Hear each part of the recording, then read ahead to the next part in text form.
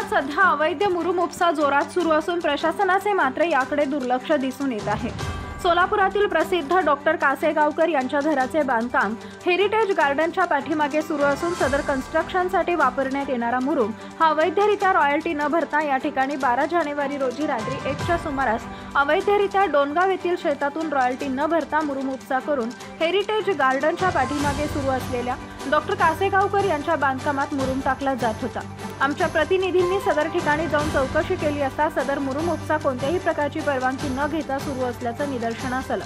सदर मुरुम उपसा करणाऱ्या मालक समीर शेख व साइट इंजिनियर मनोज नकाते यास विचारणा केली असता प्रथमतः त्यांनी उडवाउडवीचे उत्तर दिले। नंतर ते म्हणाले, काय करायचंय करा, आमचे अधिकारी व तहसीलदार तलाठीला पाकिट चालू आहे,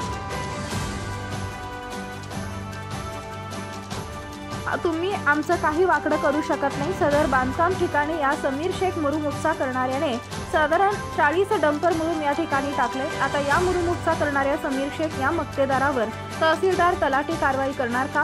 समीर शेख सांगितल्याप्रमाणे बंद पाकिट घेऊन बघ्याची भूमिका घेणार हे मात्र देव जाणं। असो, अशा अवैधरित्या मुरुम उपसा करणाऱ्यांना आता प्रशासनाची कसलीच भीती राहिली नसून शहरात व ग्रामीण भागात अवैध मुरुम उपसा जोमात सुरू असून त्यांच्यावर प्रशासन कारवाई करणार का असा सवाल उपस्थित होत आहे।